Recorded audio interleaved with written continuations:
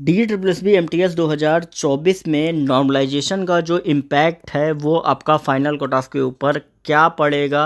क्योंकि लगातार बहुत से ऐसे कैंडिडेट हैं जो अपना 100% दे के आते हैं, लेकिन नॉर्मलाइजेशन के चलते उनके जो बराबर का जो उनका कलीग या फ्रेंड होता है हो उसके मार्क्स कहीं न कहीं बढ़े आते हैं। भले वो उसके थोड़े मार्क्स कम हो ड्राफ्ट आंसर की में, बाद में मार्क्स उसके नॉर्मलाइजेशन से इंक्रीज हो जाते हैं और आपका जो सिलेक्शन है वो 1 या पॉइंट मार्क्स से कहीं न कहीं आपका नहीं हो पाता है। तो ऐसे में नॉर्मलाइजेशन जो है उसको समझना आपके लिए बहुत ज़्यादा इंपॉर्टेंट आपके लिए हो जाता है। सबसे पहली चीज़ यहाँ पर मैं आपको बताना चाहूँगा कि यहाँ पर जो आपका एग्ज़ाम है ये आपका मल्टीपल डेज में होगा। देखो, ये जो भी वैकेंसी आपकी आती है ना, आपकी 10th लेवल की, उनको हर कोई बंदा जो है जो भरता है, जिसकी वजह से मल्टीपल डेज में आपके एग्ज़ाम होते हैं, अलग-अलग शिफ्ट होती है, सिंगल टियर एग्ज़ामिनेशन है। तो यहाँ पर बहुत ज़्यादा क्रूशियल हो जाता है आपका नॉर्मलाइजेशन, क्योंकि जब मल्टीपल डेज में एग्जाम होते हैं तो मल्टीपल डेज में एग्जाम के लिए आपको क्वेश्चंस जो होते हैं वो आपके अलग अलग सेट करने होते हैं। कई बार ऐसा देखा है कि इनिशियल जब आपके एग्जाम्स होते हैं इनिशियल डेज में,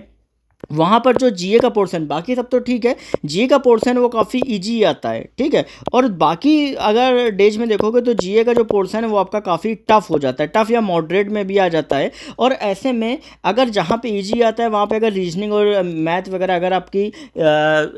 थोड़ा टफ भी रही लेकिन फिर भी लोग कर ले जाते हैं, लेकिन जीए टफ रही तो वो जो कहीं ना कहीं डिफरेंस है वो कहीं ना कहीं बहुत बड़ा क्रिएट हो जाता है। ऐसे में नॉर्मलाइजेशन में कई बार फ़ायदा इजी जीए वालों को हो जाता है, कई बार फ़ायदा टफ वालों को हो जाता है।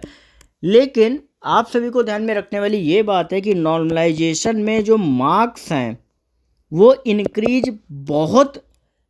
कम होते हैं। आज अगर जो नॉर्मलाइजेशन का अगर आप जो पैरामीटर देखोगे वहाँ पे इस तरीके से पेपर सेट होता है कि नॉर्मलाइजेशन के मार्क्स आपके कम मतलब अगर आप देखोगे ना कि नॉर्मलाइजेशन के मार्क्स तो किसी के कहो 2 होंगे, किसी के कहो 5 होंगे, किसी के कहो 7 होंगे, लेकिन 10 से ज़्यादा जो है वो नॉर्मलाइजेशन के मार्क्स अब इंक्रीज नहीं होते हैं जैसा पहले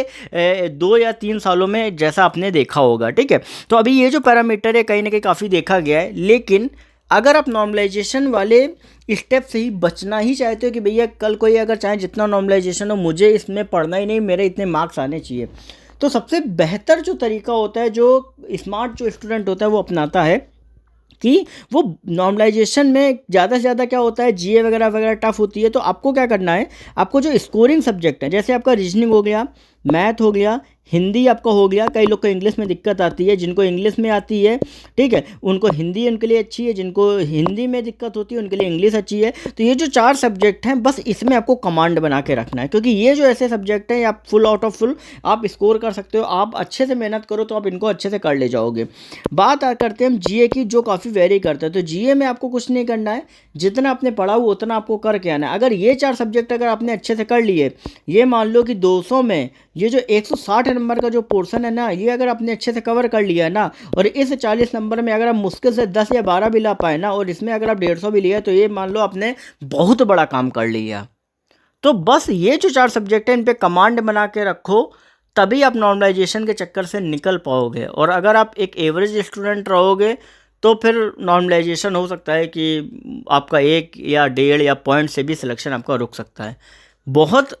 कहीं ना कहीं लोगों के साथ प्रॉब्लम होती है नॉर्मलाइजेशन की वजह से। तो कोशिश करो ज़्यादा मेहनत करने की, दिमाग कम लगाओ, मेहनत ज़्यादा करो, हार्ड वर्क ज़्यादा करो, और जो भी आपको इससे रिलेटेड अपडेट रहेगी आपको इस चैनल पे मिलती रहेगी। चैनल को सब्सक्राइब करके बेल नोटिफिकेशन आइकन को ऑल पे जरूर करें। कोई भी क्वेरी है तो नीचे इंस्टाग्राम का लिंक है, आप जाके पूछ सकते हो। साथ ही टेलीग्राम ग्रुप का जो लिंक है वो भी दिया गया है, जिसमें आपको आपके एडमिट कार्ड, आंसर की, रिजल्ट से रिलेटेड जो भी अपडेट रहेगी, DV, EWGS लिंक, सारी जो भी चीज़ें रहेंगी वो वहाँ पे आपको टाइमली मिलते हैं।